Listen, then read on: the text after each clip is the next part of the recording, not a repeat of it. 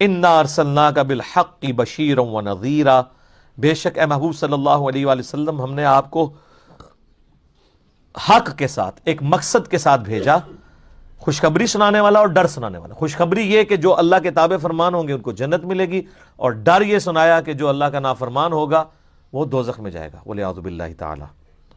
وَلَا تُسْأَلُ عَنْ أَصْحَابِ الْجَحِيمِ، اور اے نبی علیہ السلام آپ سے ہم نہیں پوچھیں گے کہ لوگ دوزخ میں کیوں گئے، دوزخیوں کے بارے میں آپ سے سوال نہیں ہوگا۔ یہ حضور علیہ السلام کو تسلی دی جا رہی ہے، آپ اتنی محنت کرتے تھے اس کے باوجود لوگ حق قبول نہیں کرتے تھے۔ مکے کے 13 سال کی محنت میں صرف 125 بندے مسلمان ہوئے ہیں، اور 2/3 قرآن نازل ہو چکا۔ 2/3 قرآن کی آؤٹ پٹ یہ تھی، اور نبی علیہ السلام کی 13 سال کی محنت کے صرف 125 بندے۔ تو حضور کو تسلی دی جا رہی ہے کہ آپ نے ٹینشن نہیں لینی، اگر لوگ بات قبول نہیں کر رہے ہیں ہم آپ سے نہیں پوچھیں گے کہ آپ کو ہم نے نبی بنا کے بھیجا تھا تو ذرا یہ بتائیں نا کتنے لوگ ایمان لے کے آئے ہیں۔ یہ آپ کی ذمہ داری نہیں ہے، آپ کا کام صرف دعوت دینا ہے۔ وہ تو بخاری میں آتا ہے قیامت الدین بعض انبیاء اس حال میں آئیں گے، کسی کے ساتھ 4 امتی، کسی کے ساتھ 3، کسی کے ساتھ 2، کسی کے ساتھ 1، کسی کے ساتھ 1 بھی نہیں ہوگا جو وقت کے پیغمبر پہ ایمان لایا ہو۔ تو کیا نبی ناکام ہو گئے؟ نہیں۔ تو اللہ کے نزدیک کوانٹٹی کوئی اہمیت نہیں رکھتی ہے، اللہ کے نزدیک کوالٹی کی اہمیت ہے۔ ہم آپ سے نہیں پوچھیں گے۔ طٰہٰ مَا أَنزَلْنَا عَلَيْكَ الْقُرْآنَ لِتَشْقَىٰ، ہم نے قرآن اس لیے نازل نہیں کیا کہ آپ مشقت میں پڑ جائیں۔ إِلَّا تَذْكِرَةً لِمَن يَخْشَىٰ، یہ تو نصیحت ہے ان لوگوں کے لیے جو ڈر جائیں۔ فَذَكِّرْ بِالْقُرْآنِ مَن يَخَافُ وَعِيدٍ، اے نبی علیہ السلام قرآن کے ذریعے آپ ان کو نصیحت کریں جو اللہ کی دھمکی سے ڈرتا ہے۔ سَيَذَّكَّرُ مَن يَخْشَىٰ، اے نبی آپ نصیحت اس کو کریں جو ڈرتا ہے۔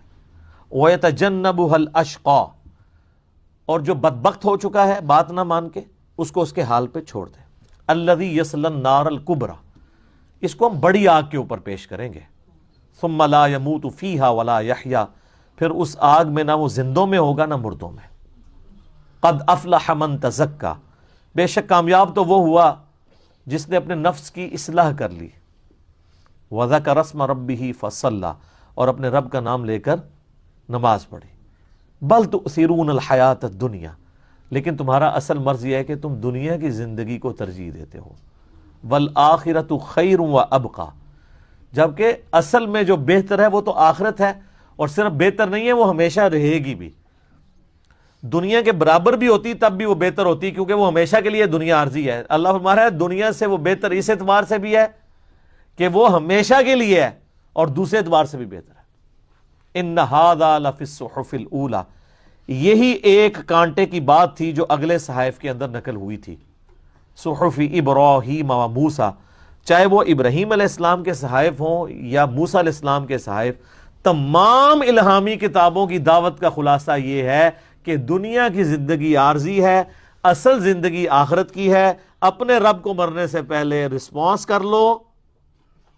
اسی کو تم نے عرض کیا ہے کہ مرنے سے پہلے اے مسلمان کر لے اس پہ غور، کتابوں کا خدا اور ہے، بابوں کا خدا اور ہمیں کتابوں کی پیروی کا حکم تھا۔ سورہ بقرہ کے سٹارٹ میں جو اللہ نے حضرت آدم علیہ السلام کو اتارا ہے تو کیا فرمایا؟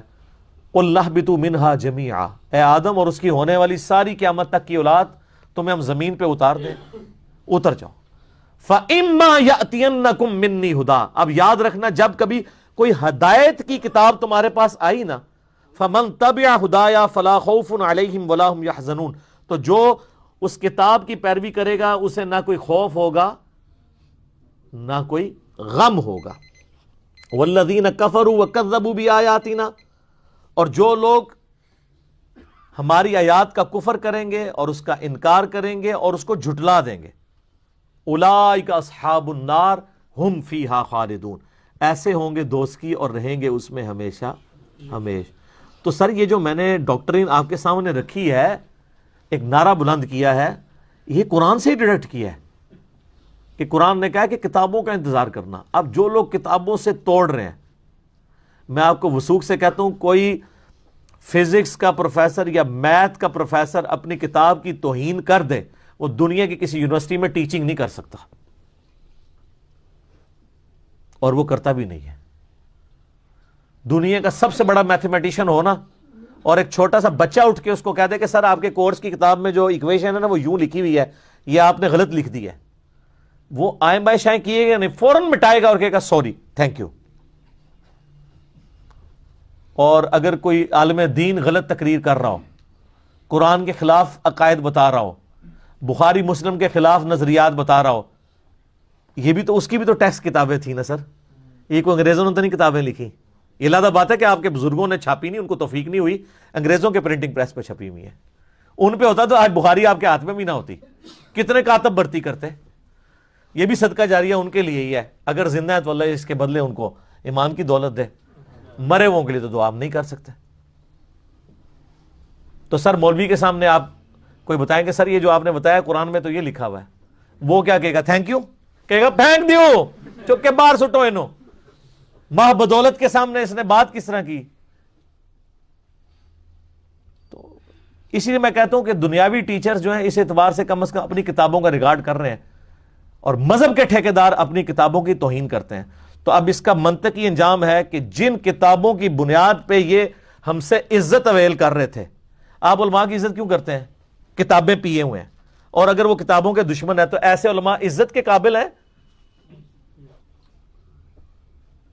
یا ان کے ساتھ کیا کیا جائے؟ یہ غدار ہیں کتابوں کے، تو پھر عزت تو ویسے ہی پہلی چیز جو ان سے چھنے گی وہ ان کی عزت ہوگی۔ عزت حافظ قرآن کی تھی، قرآن حفظ اور ماننے کی وجہ سے۔ اگر وہ قرآن کی تعلیمات کا انکار کر دے اور قرآن کی آیات دکھائیں تب بھی وہ نہ مانے، تو اب حافظ قرآن کی آپ عزت کریں گے؟ تو سر یہی ہمارا مقدمہ ہے۔ ٹھیک ہو گیا جی؟ اللہ تعالیٰ سے دعا ہے جو حق بات میں نے کہی اللہ تعالیٰ ہمارے دلوں میں راسخ فرمائے، اگر جذبات میں میرے منہ سے کوئی غلط بات نکل گئی اللہ تعالیٰ ہمارے دلوں سے معاف کر دے، ہمیں کتاب و سنت کی تعلیمات پر عمل کر کے دوسرے بھائیوں تک پہنچانے کی توفیق عطا فرمائے۔